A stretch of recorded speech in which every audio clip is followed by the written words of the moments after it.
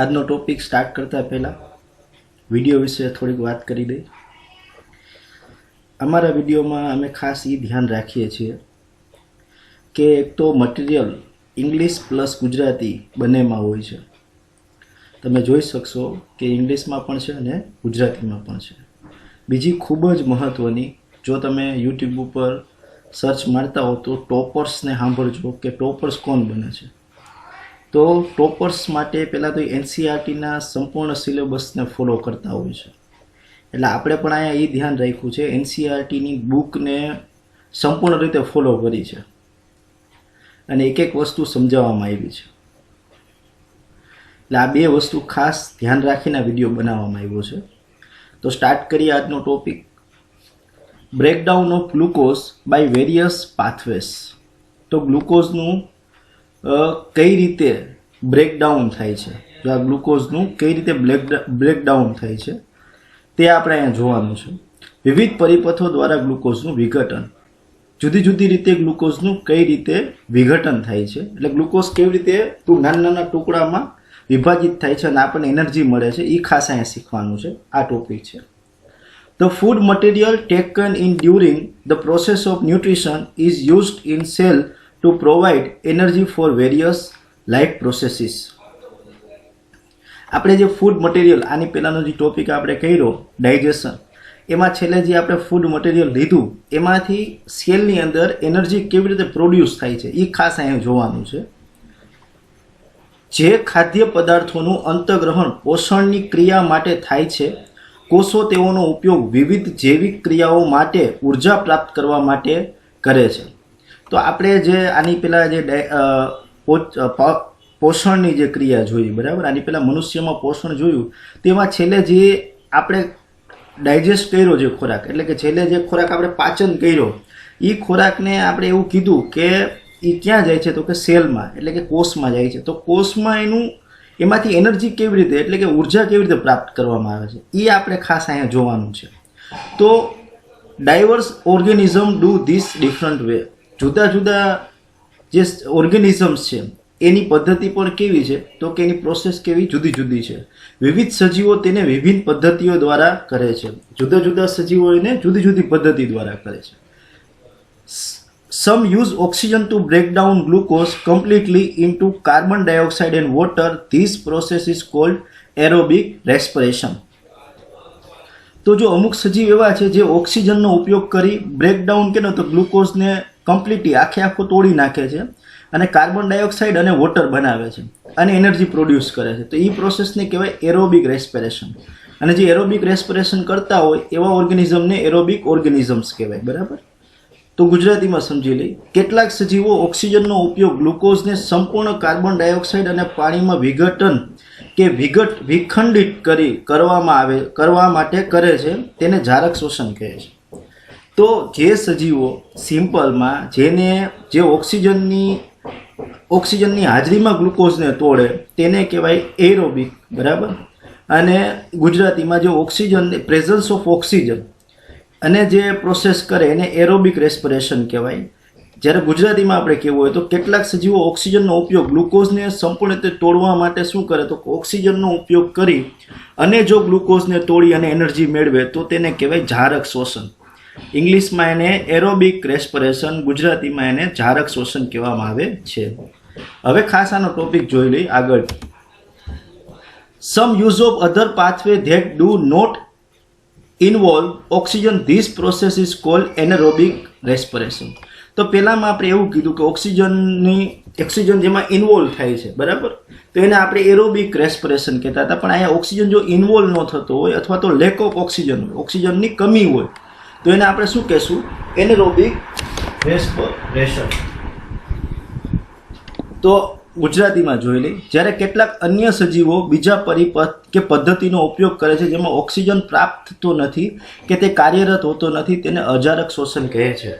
હવે આ ભાષા તમને ન સમજાય, તમને ટૂંકમાં એવી રીતે સમજાવું કે એવા સજીવો જે શું કરે છે, તો કે જેને કાં તો એ ઓક્સિજનનો ઉપયોગ જ નથી કરતા અથવા તો ખૂબ જ ઓછી માત્રામાં અથવા તો ઓક્સિજનની ઘટ હોય એવી રીતે એનો ઉપયોગ કરે છે, ઓક્સિજન ઓછો થતો હોય, ઓક્સિજનની કમી હોય અને પોતાનું પોષણ મેળવતા હોય, પોતાની એનર્જી મેળવતા હોય, તો એવાને શું કહેવામાં આવે છે? એવું જે પ્રક્રિયા છે એને શું કહેવામાં આવે છે? અજારક શ્વસન કહેવામાં આવે છે, અથવા તો એનેરોબિક રેસ્પિરેશન. તો સિમ્પલ તમને કહી દઉં, ઓક્સિજનની પ્રેઝન્ટમાં જો રેસ્પિરેશન કરવામાં આવે તો એનેરોબિક રેસ્પિરેશન, અને ઓક્સિજન લેક ઓફ ઓક્સિજન અથવા તો oxygen presence absence of oxygen હોય તો એને એનેરોબિક ઓક્સિજન રેસ્પિરેશન કહેવામાં આવે છે. ગુજરાતીમાં કહી દઈએ તો ઓક્સિજનની હાજરી હોય તો જારક, ઓક્સિજનની ગેરહાજરી હોય અથવા તો ઓછું ઓક્સિજન હોય, ઓક્સિજનની કમી હોય તો અજારક શ્વસન કહેવામાં આવે છે. આગળ જોઈ લઈએ. હવે આપણે ફિગર સ્ટાર્ટ કરશું.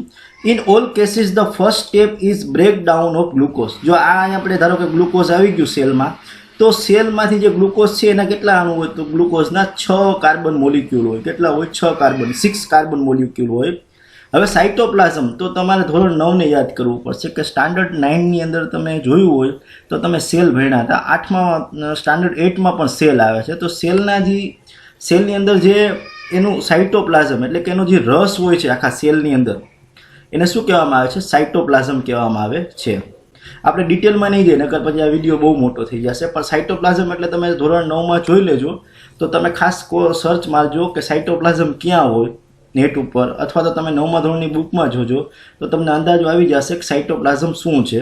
તો એ એમ કહી શકો કે જેની અંદર કોષના બધા જ અવયવ એટલે કે અંગો જેમાં રહે એ જે પ્રવાહી છે એને શું કહેવામાં આવે છે? Cytoplasm. And a 6 carbon molecule into 3 carbon molecule called pyruvate.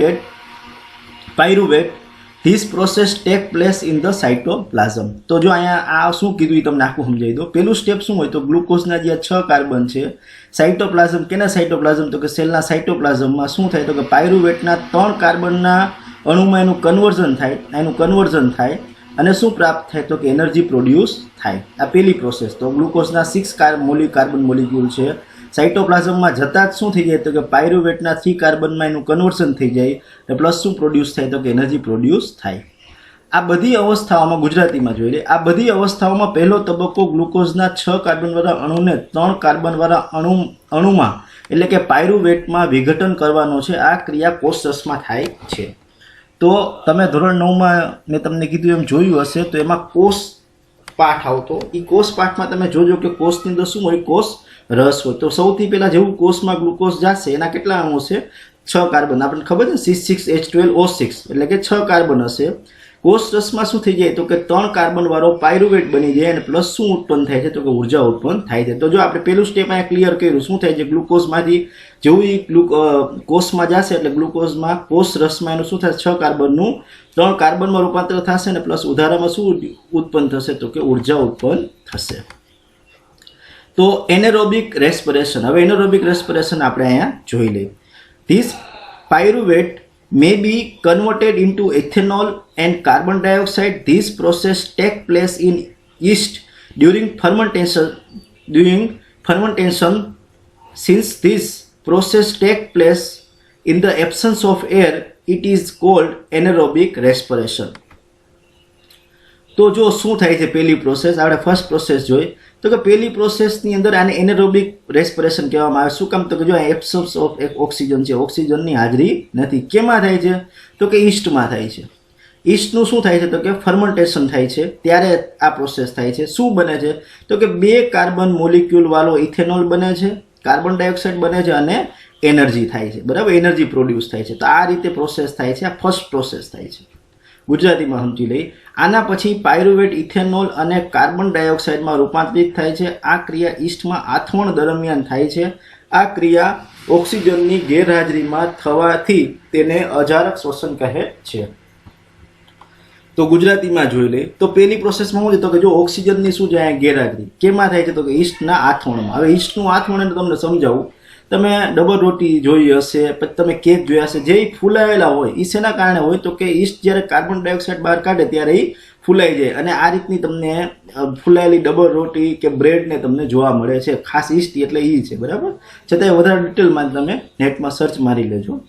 તો O2ની ગેરહાજરીમાં ઈસ્ટમાં આથવણની પ્રક્રિયામાં શું થાય? તો કે 2 કાર્બન વાળો ઇથેનોલ બને છે, કાર્બન ડાયોક્સાઇડ બને છે અને ઉર્જા બને છે. ખાસ કરીને બધા પ્રકારના જે વાઇન એવી બધી વસ્તુ બનાવવામાં આ પ્રોસેસનો યુઝ થતો હોય છે. આ ઉપરાંત ક્યાં થતો હોય તો મેં તમને કીધું બ્રેડ બનાવવામાં એવી બધી પ્રોસેસમાં.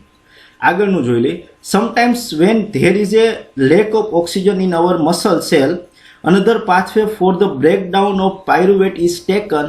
Here the pyruvate is converted into lactic acid which is also a 3-carbon molecule. This build up of lactic acid in our muscle during sudden activity cause cramps. સમજવા જેવું મસ્ત છે.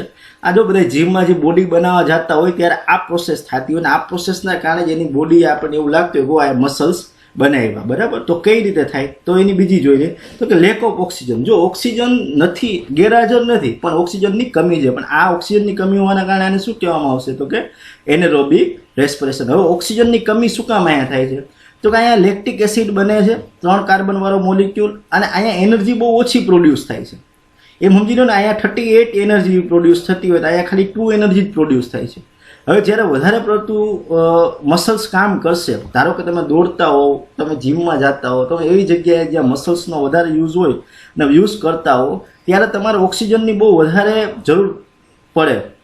એટલે ઓક્સિજનની પૂર્તિ કરવા માટે અથવા તો આપણને પ્રોબ્લેમ ન થાય એટલા માટે ભેગું શું પ્રોડ્યુસ થતું હશે તો કે લેક્ટિક એસિડ પણ પ્રોડ્યુસ થતું હશે. બરાબર, લેક્ટિક એસિડ શું થાય તો કે જમા થાય, અને એટલે જ તમારા મસલ્સ દેખાય ખાસ તો પણ આમાં એનર્જી કેવી પ્રોડ્યુસ થાય છે તો કે ઓછી પ્રોડ્યુસ થાય છે. પણ આ તો એક બોડી બનાવવાની વાત છે, અથવા તો જ્યારે આપણે કોઈ એવું હાર્ડવર્ક કરતા હોય, બરાબર, ફિઝિકલ વર્ક કરતા હોય ત્યારે આ પ્રોસેસ થાય છે, ત્યારે ઓક્સિજનની કમી થાય અને તમારા ઇન અવર મસલ સેલ, મસલની અંદર, અને મસલની અંદર શું પ્રોડ્યુસ થાય તો લેક્ટિક એસિડ પ્લસ એનર્જી. આ 38 એનર્જી પ્રોડ્યુસ થાય તો અહીંયા ખાલી 2 એનર્જી પ્રોડ્યુસ થાય. બરાબર, ગુજરાતીમાં જોઈ લઈ. કેટલીક વાર જ્યારે સ્નાયુ પેશી, માંસપેશીના કોષોમાં ઓક્સિજનનો અભાવ કે ઓછું પ્રમાણ હોય ત્યારે પાયરુવેટનું વિઘટન બીજા પરિપથ પર થાય છે. અહીંયા પાયરુવેટ 3 કાર્બનવાળા અણુ લેક્ટિક એસિડમાંથી રૂપાંતરિત થાય છે. અચાનક કોઈ પ્રક્રિયા થવાથી આપણી સ્નાયુઓમાં લેક્ટિક એસિડનું નિર્માણ થવાને લીધે સ્નાયુઓ જકડાઈ જાય છે. સમજીએ શું થાય છે તો કે જો એક તો ઓક્સિજનનો અહીં અભાવ છે. જો આમાં સમજવા કરતાં આમાં સમજો, ઓક્સિજનનો અભાવ હોય ત્યારે શું થાય તો કે વધારે ઓક્સિજનની એક તો જરૂર છે, કેમ કે આપણે હાર્ડવર્ક કરતા હોય આપણા મસલને, એટલે મસલને ઓક્સિજનની જરૂર છે. ઓક્સિજનને મળતું નથી ત્યારે શું બને છે તો કે ત્યારે બને છે લેક્ટિક એસિડ. 3 કાર્બનવાળો શું બને છે લેક્ટિક એસિડ. અને આપણી સ્નાયુ પેશીમાં લેક્ટિક એસિડ શું થાય છે જમા થાય છે. અને વધારામાં શું પ્રોડ્યુસ થાય છે તો કે ઉર્જા. તો અહીંયા પણ ઓક્સિજનનો અભાવ છે, એટલે આને શું કહેવામાં આવશે અજારક શ્વસન કહેવામાં આવશે. ભલે અહીં ગેરહાજરી નથી પણ ઓક્સિજનનો કેવો છે અભાવ છે. તો આ 2 ટાઈપના એનેરોબિક અથવા તો અજારક શ્વસન છે, જે તમારે આ 2 પ્રોસેસ પૂરી થઈ, 1 પ્રોસેસ અને 2 પ્રોસેસ. હવે ત્રીજી પ્રોસેસ જે આપણે નોર્મલ શ્વાસ લેતા હોય એ પ્રોસેસ.